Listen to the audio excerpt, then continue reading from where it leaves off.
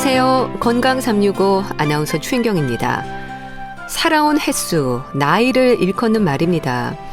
그리고 시간의 흐름에 따라 몸의 기능이 약해지는 노년기 노인성 변화를 노화라고 합니다.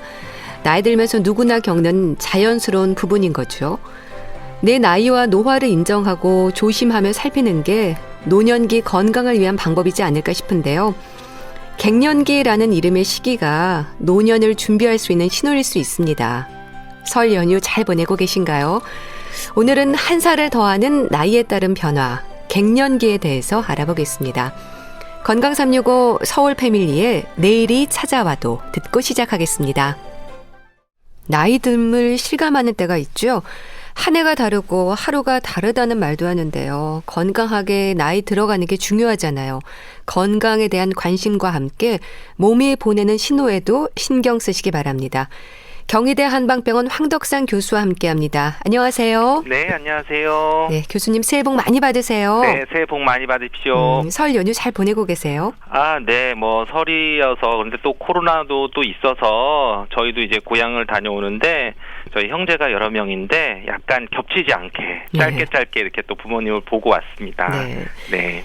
교수님은 나이 드는 걸 언제 느끼세요? 네, 요즘에 예전에는 운동하면서도 느꼈었는데 최근에 이제 딱 정말 나이 들었다고 느끼는 게 저희 그 중학생 두 아들이 있는데 두 아들이 먹는 거를 보니까 제가 나이 들었다는 게 느껴지더라고요. 똑같이 이제 명절이나 또는 배부르게 고기까지 먹었는데 한나절이 돼도 소화가 안 돼가지고 저는 저녁을 거를까 그러고 있는데 우리 두 아들들은 바로 라면을 간식으로 먹을까? 이런 얘기를 하는 거 보니까 역시 소화력이 굉장히 좋은, 저도 그럴 때가 있었는데 어느 정도 소화력이 떨어지는 그런 게 되면서 이게 좀 나이 들어가는 과정인가 보다라는 생각이 좀 들었습니다. 그러시군요.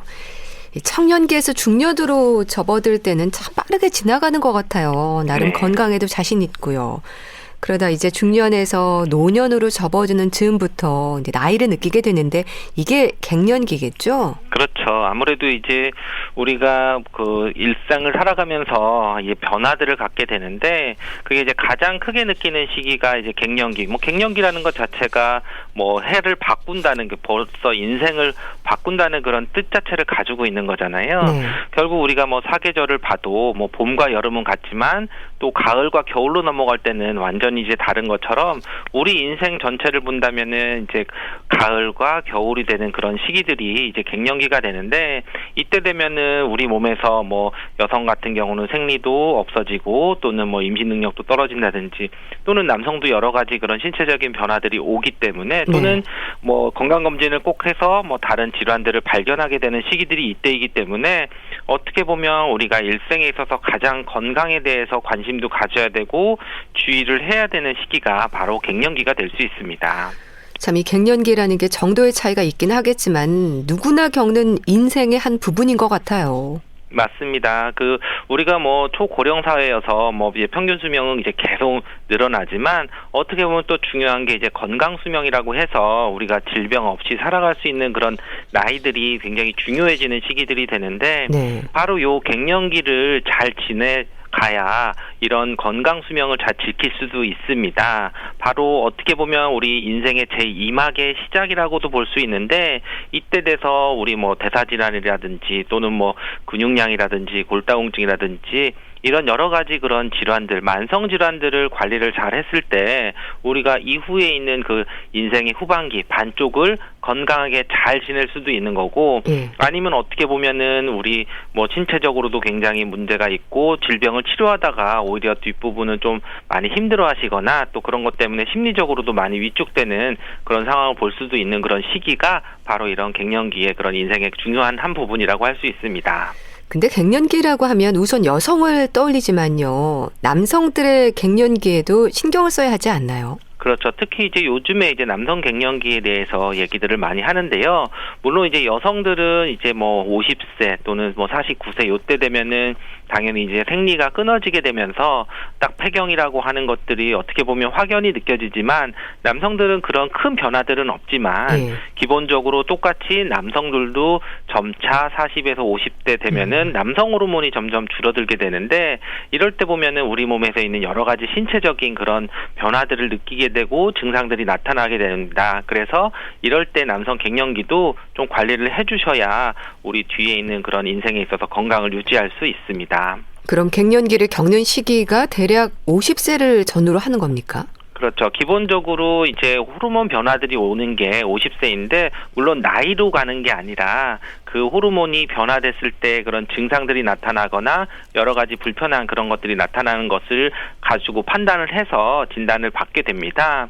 근데 이게 재밌는 게 한의학에서도 뭐 그 황제내경이라고 하고 이제 뭐 몇천 년 전에 나왔던 그런 책에 나오는 내용 중에 네. 여성의 그런 변화와 남성의 변화들을 나이 숫자로 얘기를 한 게 있는데요. 예. 여성들은 이제 77, 49, 그러니까 7살 단위로 뭔가 변화가 오는데 이게 77, 49세, 49세가 되면은 인맥이 허하고 태충맥도 허해서 월경도 없어지고 몸이 약해지고 아이를 낳지 못한다 되어 있는데 사실 그게 몇천 년에 쓰여져 있는 책이지만 지금도 49세 되면은 폐경이 되는 것들이 좀 일맥상통하고요. 예.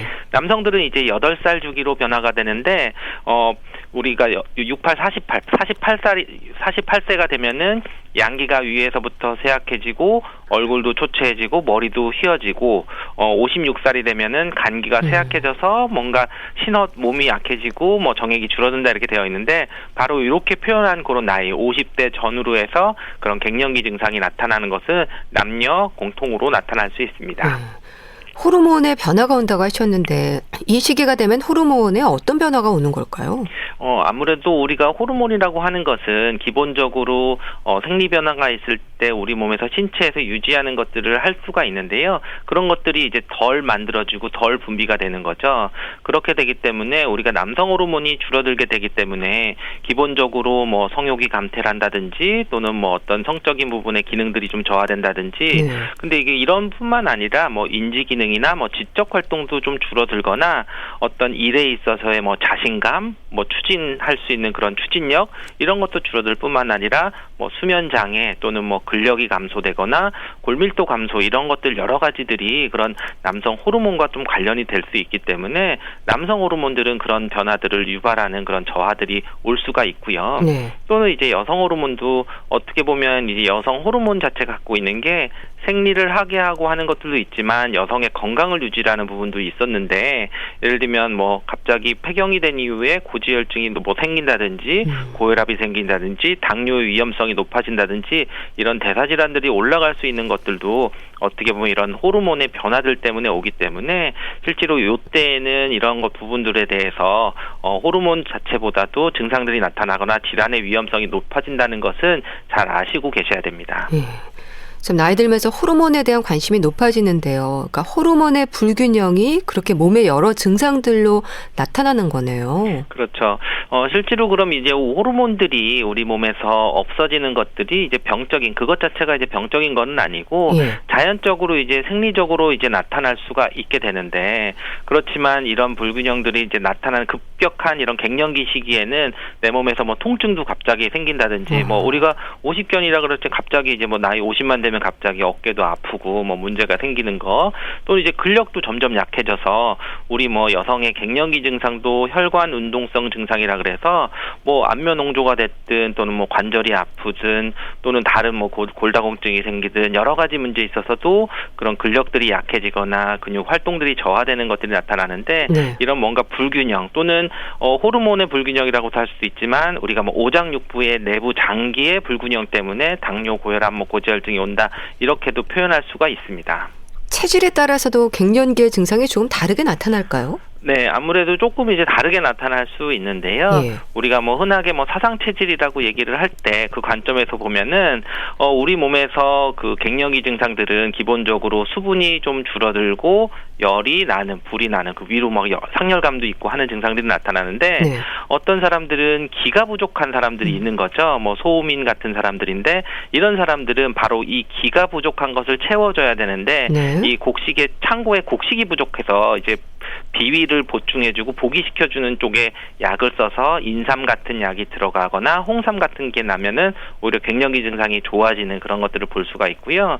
또 어떤 분들은 이제 그런 기운은 부족한데 잔고가 부족해서 이제 수분이 굉장히 말라서 위로 열이 확 오르거나 어떤 굉장히 뭐 얼굴도 벌게지거나 뭐 짜증이 더 나고 화가 좀 버럭버럭 나거나 해서 이런 분들은 신기능을 보충해 준다 그래서 수분을 좀 보충해 주는 그런 약을 써야 되는 소양인에 해당한다는 거고요. 예. 폐음인 같은 경우는 오히려 뭔가 부족한 거는 없는데 우리 몸에서 뭔가 잘 쌓이고 순환이 안 돼가지고 오히려 문제가 생기는 것들이 있어서 여러 가지 대사질환들이 생기는 태음인들인데 이럴 때는 순환을 잘 시켜주는 쪽에 그런 약을 쓰거나 하는 것들이 중요한데요. 네. 기본적으로 체질에 따라서 증상들은 이렇게 다를 수도 있고 또 하나 고려해야 될 거는 체질에 상관없이 나타나는 것은 만약에 내가 체력이 괜찮다면 갱년기 증상도 어떻게 보면 좀 쉽게 잘 지나가거나 따로 증상 없이 그냥 잘 편하게 지나가시는 분들도 분명히 있습니다. 네.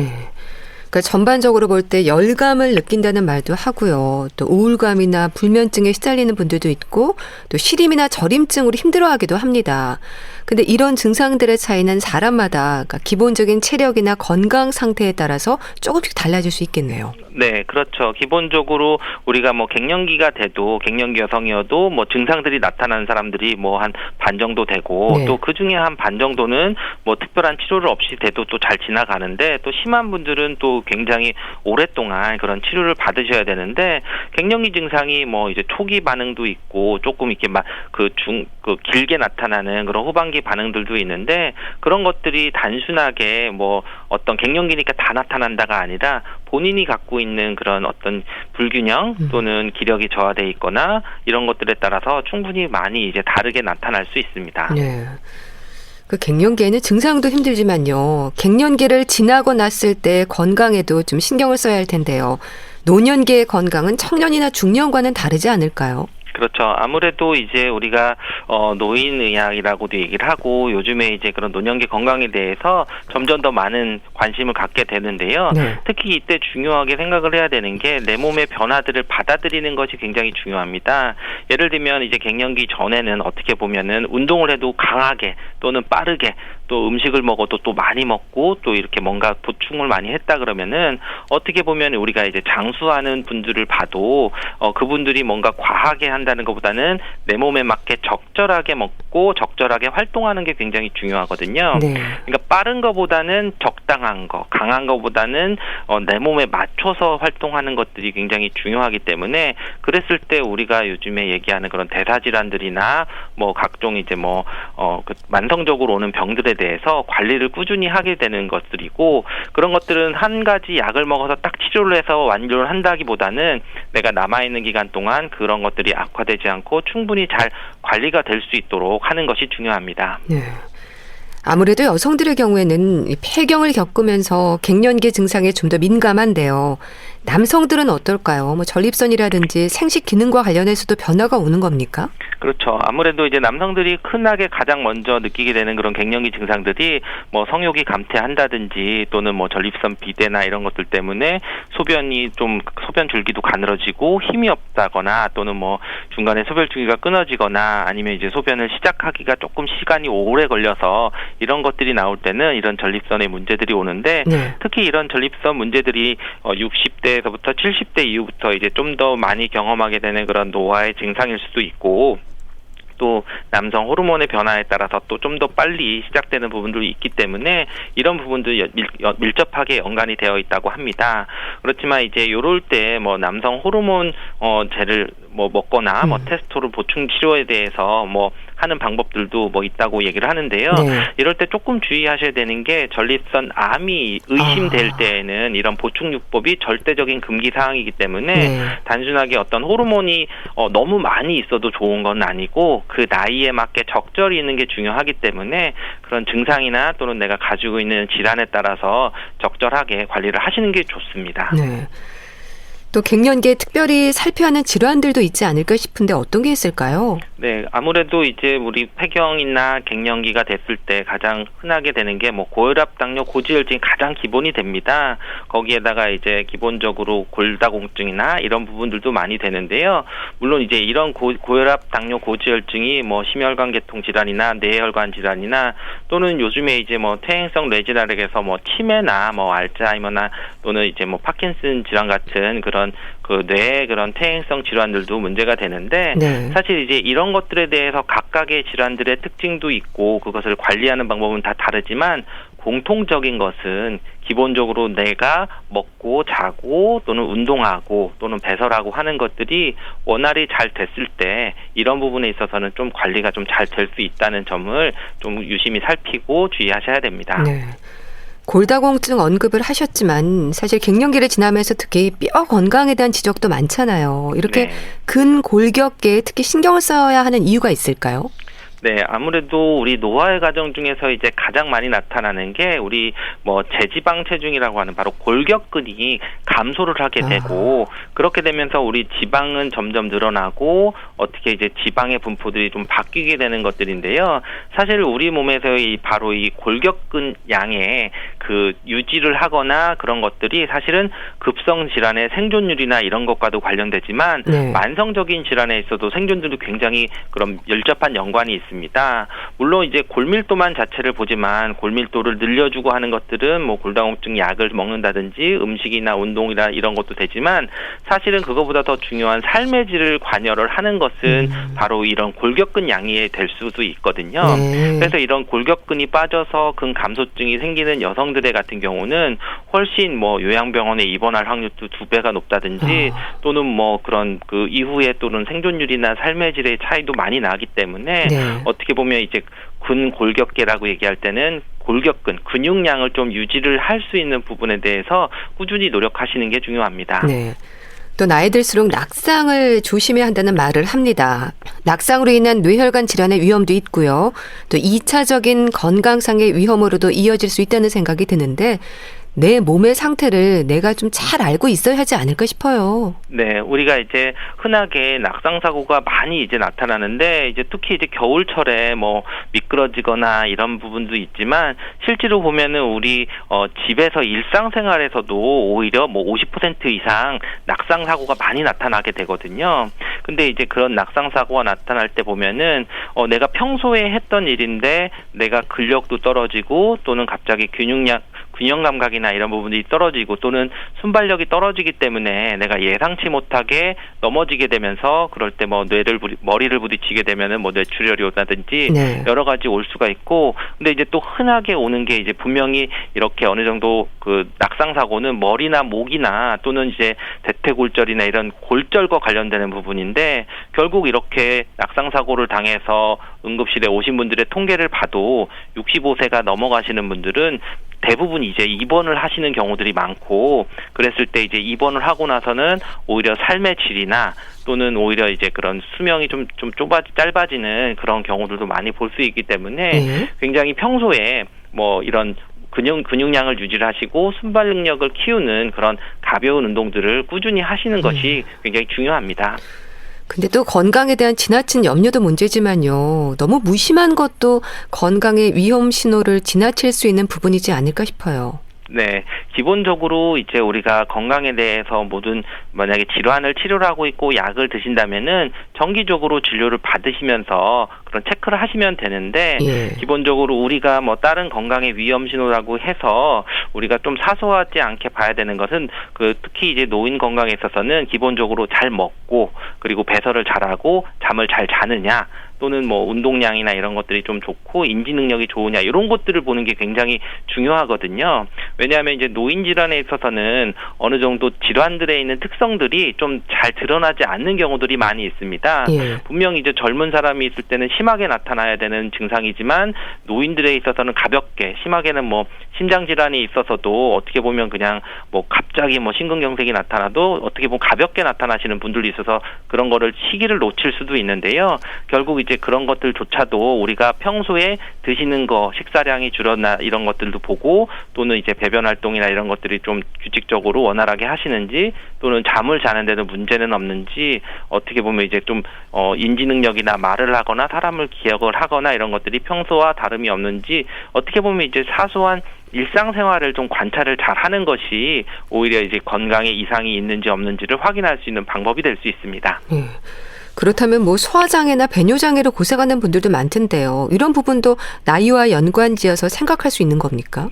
그렇죠. 아무래도 우리가 소화장애라고 하는 것들이 물론 이제 그 소화가 안 되고 지연이 되는 분들도 있지만 특히 이제 노인성 이제 식욕 부진이 오는 경우들에 있어서 보통 이제 한 6개월에서 12개월 사이에 체중이 5% 이상 감소를 했다고 하면은 이 식욕 부진이 뭔가 좀 문제가 있어서 다른 질환을 의심해 봐야 되는 경우들이 많습니다. 그래서 잘 못 드신다는 얘기고요. 그럴 때는 물론 생리적인 요인일 수도 있지만 어떤 환경적인 거나 또는 약물 부작용이나 다른 질환들이 있어서 나타날 수 있는 그런 부분이기 때문에 네. 오히려 식사를 잘 하고 오히려 체중이 줄지 않는지를 좀 확인하는 것도 노인에서 굉장히 중요하고요.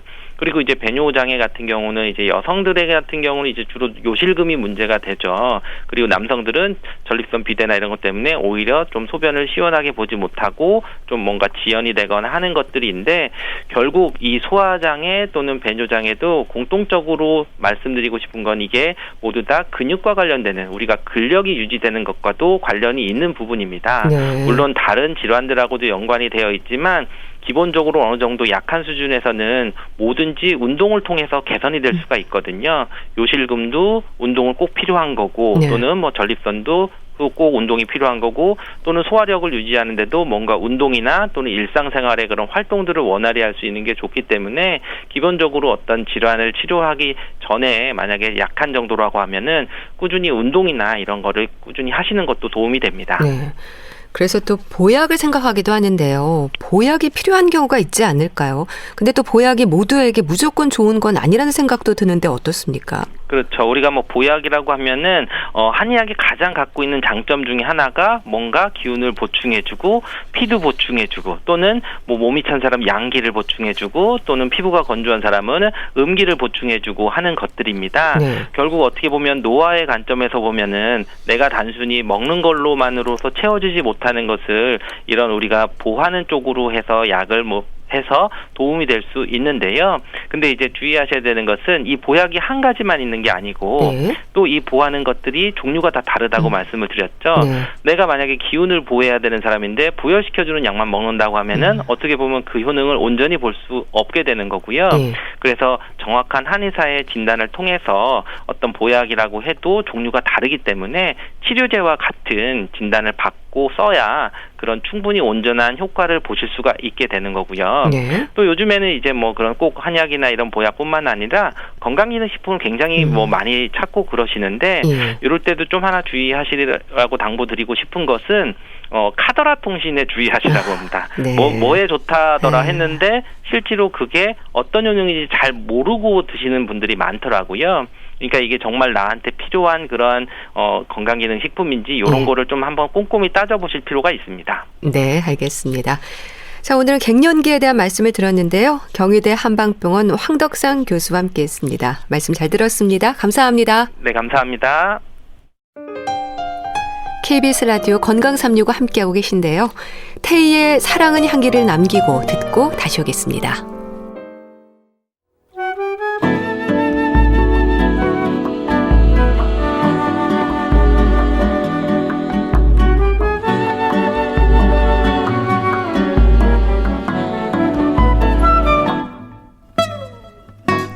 건강한 하루의 시작.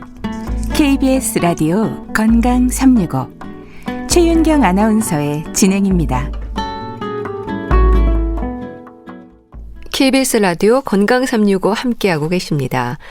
주말의 건강책 정보 북컬럼니스트 홍순철 씨와 함께합니다. 안녕하세요. 네, 안녕하세요. 네, 설 연휴 잘 보내고 계세요? 네, 가족과 함께 아주 풍성한 연휴 보내고 있습니다. 예, 사실 많이 모이긴 힘들어서요. 네.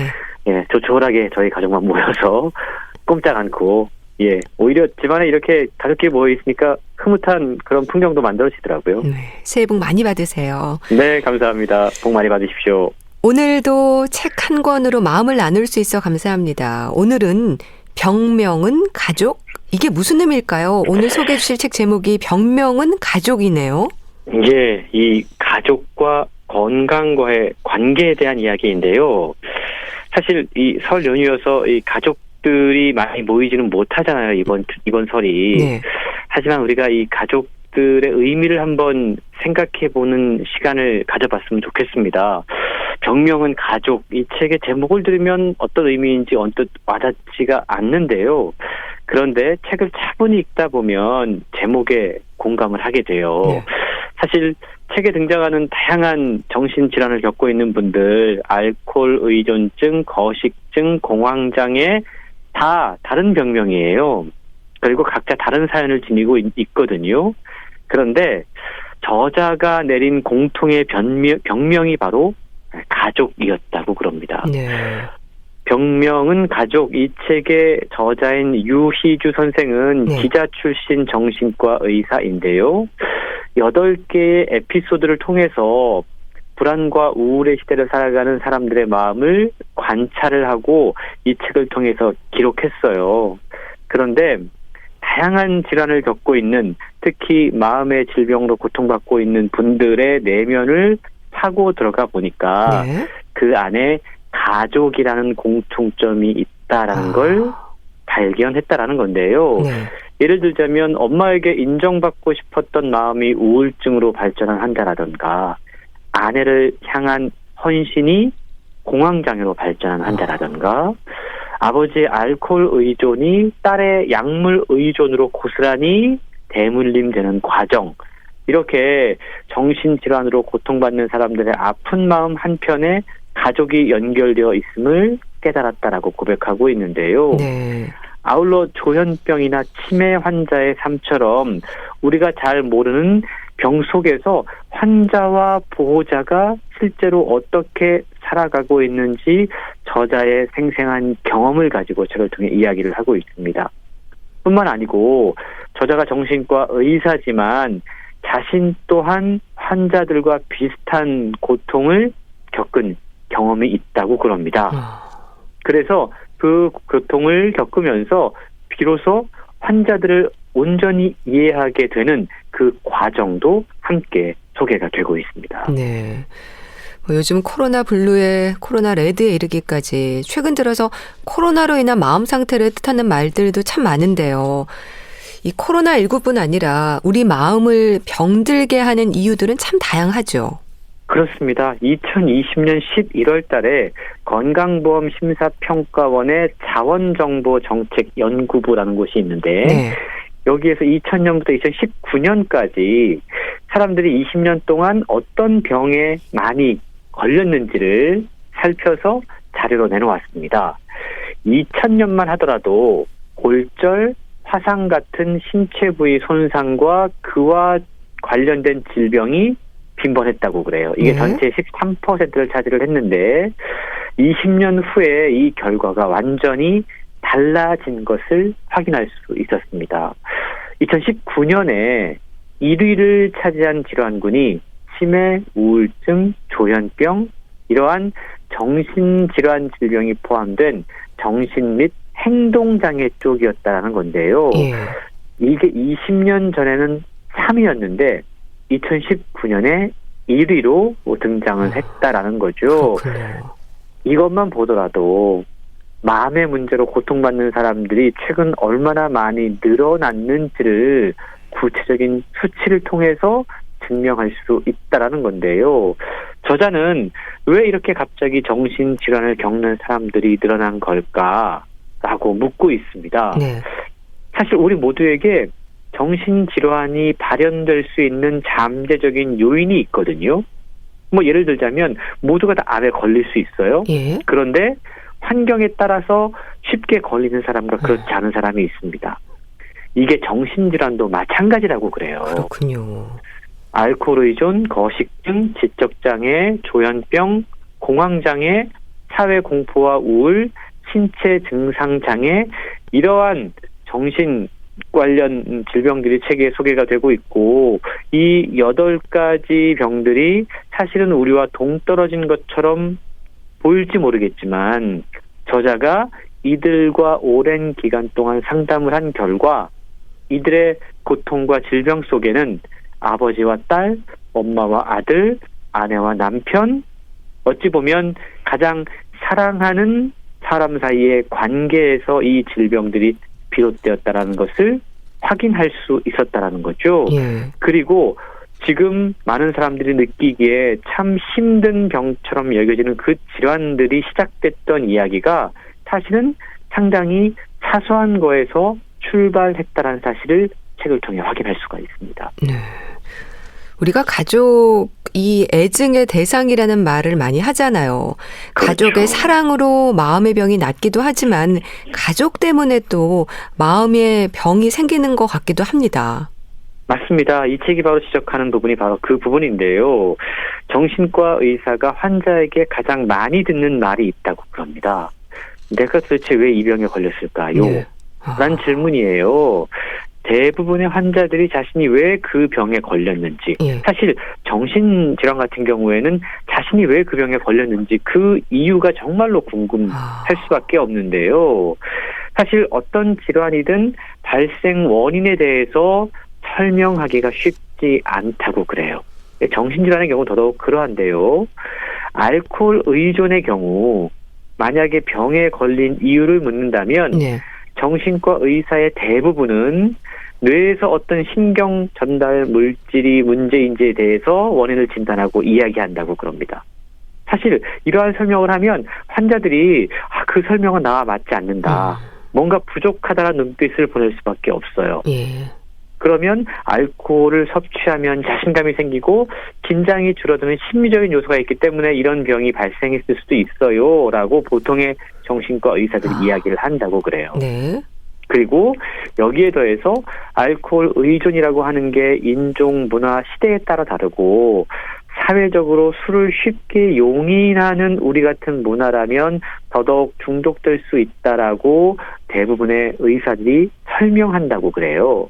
이게 왜냐하면 어떠한 정신질환에 대해서 의사들이 접근하는 방식은 생물학적, 심리적, 사회적으로 접근하는 것이 이게 생물, 심리, 사회 모델이라고 하는 건데 네. 가장 전형적인 접근 방법이기 때문입니다. 그런데 막상 내가 환자라고 가정을 하면 이러한 설명들을 의사가 쭉 늘어놓으면 사실 쉽게 공감할 수가 없거든요. 네. 그러니까 그렇죠. 막상 뜬구름 잡는 이야기처럼 들릴 수밖에 없다라는 거죠. 네. 그래서 저자는 이러한 전형적인 관점에서 약간 벗어나서 마음의 병을 생물학적, 심리적, 사회적인 관점에서도 짚어볼 수 있지만 그 외에도 가족이라고 하는 더 중요한 고리가 있음을 여러 임상 사례를 통해서 밝혀냈고 그걸 책을 통해서 이야기를 해주고 있는 겁니다. 그럼 가족이 마음의 병으로 자리하게 되는 경험적인 부분들도 책에 담겨 있나요? 그렇습니다. 저자는 책을 통해 이렇게 이야기를 하는데요. 정신질환은 쉽게 말하기 어렵지만 생각보다 우리 가까이에 퍼져 있다. 가까이에요. 가까이에 있지만 남들에게 말하지 못하는 이야기, 네. 바로 가족에 대한 이야기다라고 이야기하고 있어요. 아이러니하게도 가족은 때때로 정신질환을 낫게 해주는 일종의 둥지가 되기도 하지만 때로는 정신질환을 촉발시키거나 악화시키는 족쇄가 되기도 한다라는 거죠. 네. 저자는 자신이 의사이기 전에 비슷한 고민을 가져봤던 한 인간으로서 사람들이 도대체 왜 아픈 걸까를 살피기 위해서 선입견을 배제하고 환자들의 삶 속으로 깊숙이 스며들어가 봤다고 그래요. 이 부분을 보면 의사 대 환자가 아닌 인간에 대한 깊은 애정과 진실된 마음을 확인할 수가 있는데요. 네. 이 책에 보면 8가지의 사례가 등장하는데 가장 먼저 등장하는 사례가 알코올 의존으로 가족과 사회적인 지위를 잃고 병원과 교도소를 들락거리는 박 씨에 대한 이야기입니다. 이 박이라고 지칭되는 이분은 네. 한때 가족에서 사랑받는 막내였고요. 또 한 식당의 어엿한 주인이자 주방장이었습니다. 그런데 이 박에게는 욕심이 있었어요. 자기의 가족이 지내고 있는 이 울타리를 조금 더 견고하고 단단하게 만들어주기 위해서 정말 열심히 살았습니다. 네. 그런데 예기치 않은 문제 때문에 경영난이 심해지면서 결국은 알코올에 빠지고 마는데 이게 아버지에게서 배운 습관이었다라는 것이죠. 네. 이 문제 때문에 가족이 뿔뿔이 흩어지고 알코올 의존이 사회적 무능력자로 사람을 낙인 찍고 그 낙인이 다시 알코올 의존을 악화시키는 이 순환 고리를 책을 통해 확인할 수가 있는데요. 박 씨의 알코올 의존이 결국은 알코올성 치매로 진행되게 되고 네. 그로 인해서 자신의 딸을 보호해야 되는 상황이 왔음에도 불구하고 아무것도 할 수 없었던 이 박 씨의 이야기를 읽다 보면 정말 가족 간의 이 어떤 대물림이 네. 정말 뿌리 깊고 무서울 수 있구나라는 생각을 하게 됩니다. 예. 정말 공감이 되는데요. 근데 겉으로 보기에는 남부러울 것이 없어 보이는 사람들도 많고 흔히 말하는 그 완벽한 부모를 둔 자녀들 가운데 오히려 마음의 병으로 고생하는 사람들이 많다는 지적도 있지 않나요? 그렇습니다. 실제로 우리 주변에서도 그런 분들을 많이 보게 되죠. 이게 바로 이 완벽주의가 만들어낸 또 하나의 상처인데요. 겉으로 보면 우리는 많은 것을 성취한 사람들을 부러워합니다. 네. 그리고 사회적으로 어느 정도 좀 중요한 자리에 가게 되면 그런 분들은 정신질환과 거리가 먼 사람들일 것이다 라고 생각하기 그렇게 쉬워요. 생각을 하게 되죠.